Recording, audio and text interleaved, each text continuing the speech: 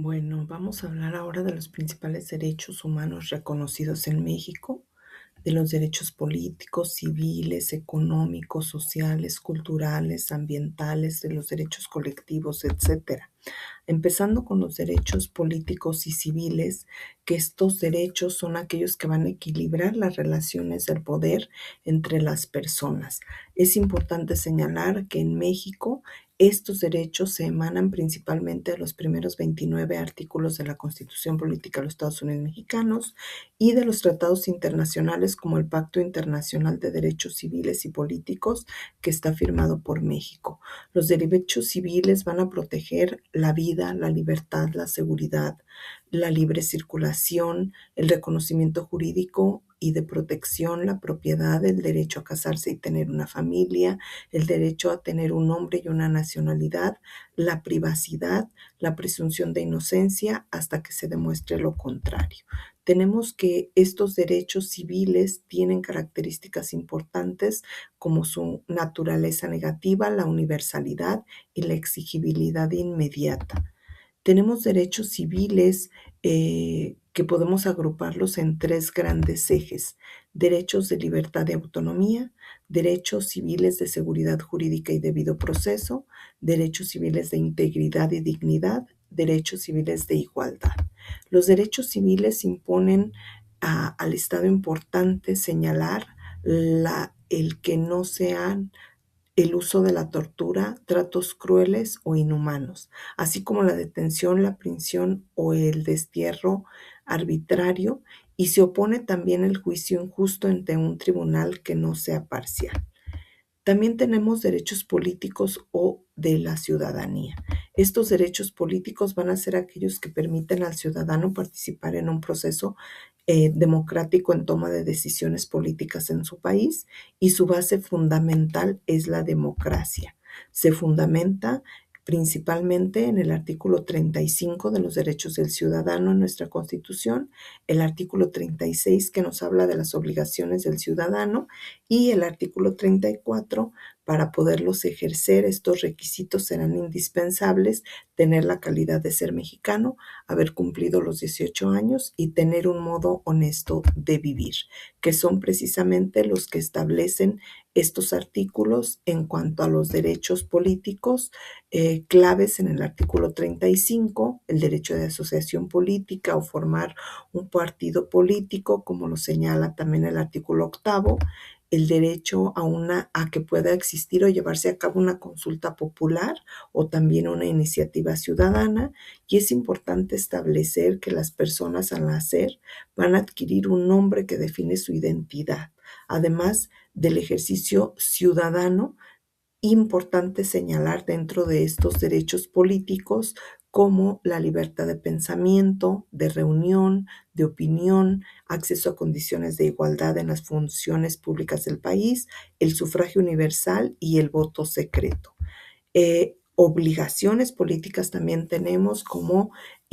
señala el artículo 36 constitucional, como contar con una identificación o inscribirse en el Registro Nacional de Ciudadanos, que es el Instituto Nacional de Elector, el INE, además también desempeñar cargos de elección popular y también desempeñar funciones en los procesos electorales. Algunas restricciones o suspensiones que señala el artículo 38 constitucional.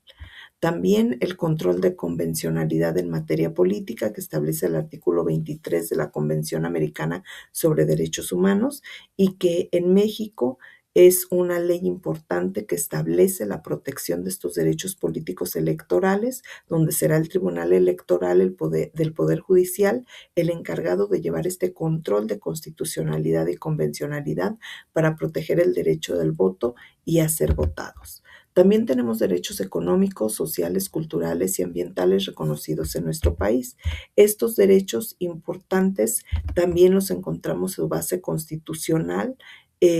y que son importantes de establecer, como es el derecho social, que va a ser este conjunto de normas y principios que tienen por objeto la protección de los sectores económicamente débiles, con el fin de lograr un equilibrio entre las clases sociales y garantizar la justicia social,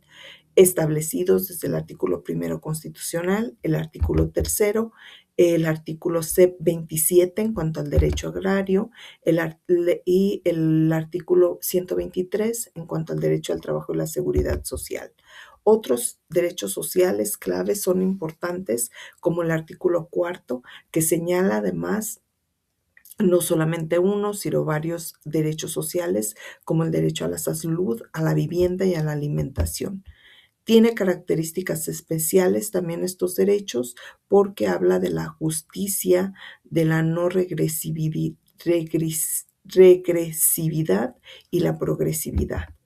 También tenemos los derechos económicos. Estos se agrupan principalmente dentro de los derechos sociales y culturales, aunque también debemos de establecer que contamos con un sistema económico mexicano como eje rector, establecidos en el artículo 25 y 26, que hablan precisamente de la planeación democrática y económica y la rectoría del desarrollo nacional en nuestro país. También contamos con derechos económicos individuales y colectivos, como puede ser la libertad del trabajo y profesión, el derecho a la propiedad y su función social en el artículo 27. También contamos con la libre competencia y protección al consumidor en el artículo 28 y los derechos de propiedad intelectual que también protege el artículo 28. Los derechos económicos en México van a dar o a traer un equilibrio en la libertad individual,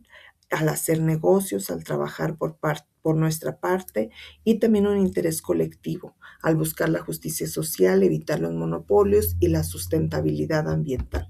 También contamos con derechos culturales que establece el artículo 4, principalmente el acceso a la cultura en su párrafo 12 y el servicio que presta el Estado para ejercer este tipo de derechos culturales, que establece características primordiales como la libertad creativa, el derecho al acceso a la cultura y la diversidad cultural, que también viene como parte fundamental establecida en el artículo 2 constitucional al establecer que México es una nación pluricultural y que es el pilar de los derechos culturales colectivos, la autodeterminación de los pueblos, la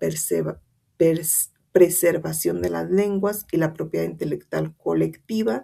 en lo referente a la protección de los diseños y artesanías que se reconocen como tradiciones. La educación y la ciencia en el artículo 3 también como derecho cultural y los derechos ambientales establecidos principalmente en el párrafo 5 del artículo 4, donde nos establece también este respeto a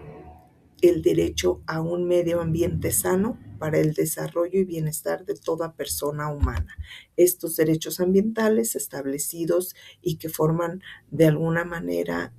un eje importante en el artículo 27 al hablar del desarrollo nacional sustentable, en el artículo 27 también fundamental para la propiedad de los recursos naturales y el aprovechamiento de los mismos, y el artículo 73 en la fracción 29 que faculta al Congreso de la Unión para expedir leyes que establezcan, muy importante, la concurrencia entre gobierno federal, estatal y municipal en materia de protección al medio ambiente. Y tenemos por último los derechos colectivos. Los derechos colectivos que, como bien lo dicen, es una ideología, establece un fenómeno general agregando a los individuos a la sociedad y que es muy importante establecer como este conjunto de normas y reglamentaciones que conforman un orden jurídico destinado a regular las relaciones, los derechos y las obligaciones de los sujetos colectivos en nuestro país. Estos derechos colectivos que son importantes en este término porque hace referencia a ellos para pertenecer a un sector de la sociedad o a un grupo que conforma una organización de carácter permanente y ocasional. Los derechos colectivos, si bien son de vital importancia, ya que son los llamados derechos también de tercera generación. Y estos derechos colectivos son los derechos compartidos en comunidades, en grupos que se basan en los principios de justicia, igualdad y solidaridad y protegen el bienestar y la dignidad de las comunidades. Importante, algunos ejemplos de los derechos colectivos los podemos encontrar como el derecho a un juicio juicio justo, a una identidad cultural, a la seguridad social, a la no discriminación, a la propiedad común, a la no tortura, al salario justo, a la movilidad, a la justicia, a la paz, a la no esclavitud, a la presunción de inocencia, a la igualdad de género, a la autodeterminación, a la paz, a la seguridad internacional, a la participación de los jóvenes, a la diversidad cultural, a la no deportación, a la no desaparición forzada, a la igualdad de género, entre algunos otros. También tenemos derechos que establece el artículo 9 constitucional de carácter colectivo, como es el derecho a asociarse y el derecho a reunirse, ya sea de una manera pacífica y obviamente debe de hacerse de una manera legal. Este derecho de asociación o reunión que establece precisamente el artículo 9 constitucional y que debe de respetarse para exigir el goce de este derecho en una reunión, ya decíamos, pacífica, con un objeto lícito, con solo ciudadanos de la República en asuntos políticos y sin uso de violencia ni de